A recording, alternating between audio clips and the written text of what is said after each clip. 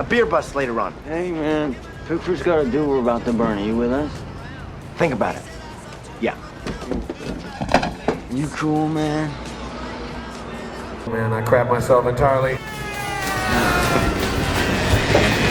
Okay.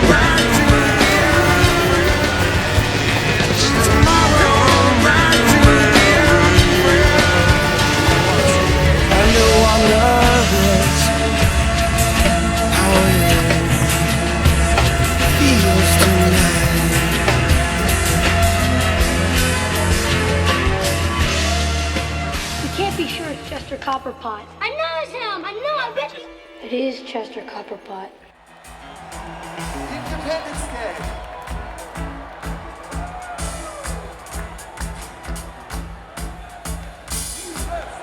You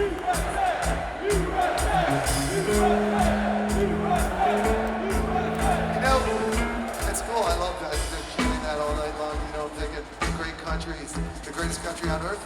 There's one little funny thing that I was thinking when I came backstage before I came out here, and that is that I'm sure that most of you know that the history of our country as we know it, what they teach you in school books and all that, is a little bit inaccurate. Some people would say that the general thing that you learn, in the history books is a lot of lies, actually, not really accurate at all. What really happened, the history of this beautiful, amazing country. And it's true, I hate to break it to some of you, but it's true. History books in school are mostly filled with lies.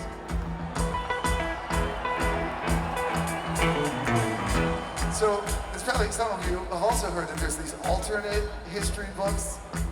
And I'm here to tell you tonight that they are also completely filled with lies.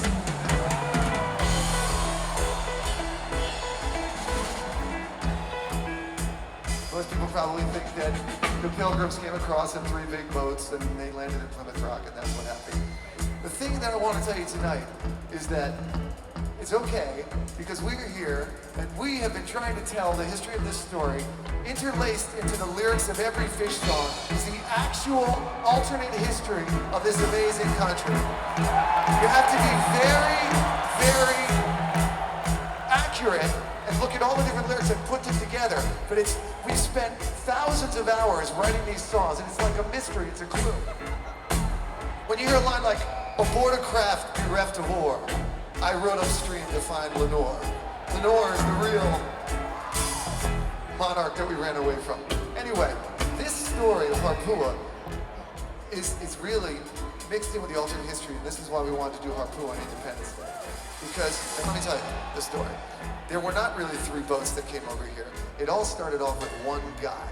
And he was over there in Europe, and he wanted to escape tyranny and get religious freedom, and he just had it. And this was many, many years before the Pilgrims and all that. So this guy jumped on a log with his little dog, and he had a little dog, a puppy named Harpua, and swam with a log all the way across the ocean, landed over here. He's a young man. He got here, it was beautiful, green trees, everything, and nice people met him, and he was having a grand old time. And then what happened was, a few years later, when the boats came, and these people came, they started setting up colonies and all that stuff, and the next thing you know, they're building Walmarts and there's parking lots all over the place, and really pretty much ruined everything. So this guy kept getting older and older, and he was such a peaceful man that he actually lived for many, many hundreds of years. And he got older and older, and as he got older, he got madder and madder with all the stuff that he saw, all just the mess that became of this beautiful, beautiful country, turning more and more into a mess. He got more and angrier, and his dog got angrier and angrier. And he moved to this very part of the country down south. He lives right up in, he lives in the Blue Ridge Mountains, up in a little shack. And he just sits up there and seethes. He seethes, he's so angry. Anyway, over the years of his life, as he grew, he had a few marriages and he had some children, and those children got married and they had children. And one of his kinfolk was this little guy named Jimmy that I say crap all the time. Now, Jimmy didn't know the old guy, so the old guy's sitting up there on the hill and he's got his dog and he's just pissed. He's basically angry. And Jimmy is a nice young guy, and he's living in another house nearby, and he's got his favorite cat that he lives with.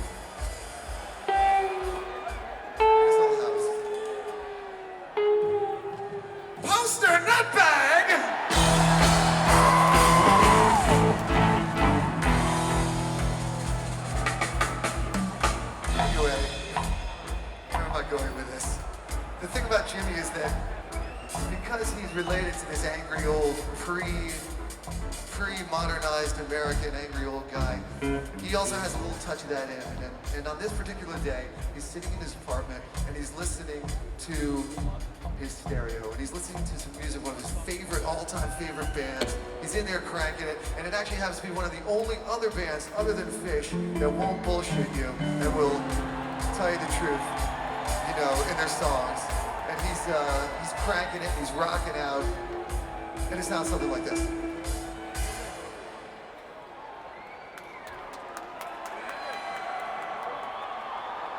One, two.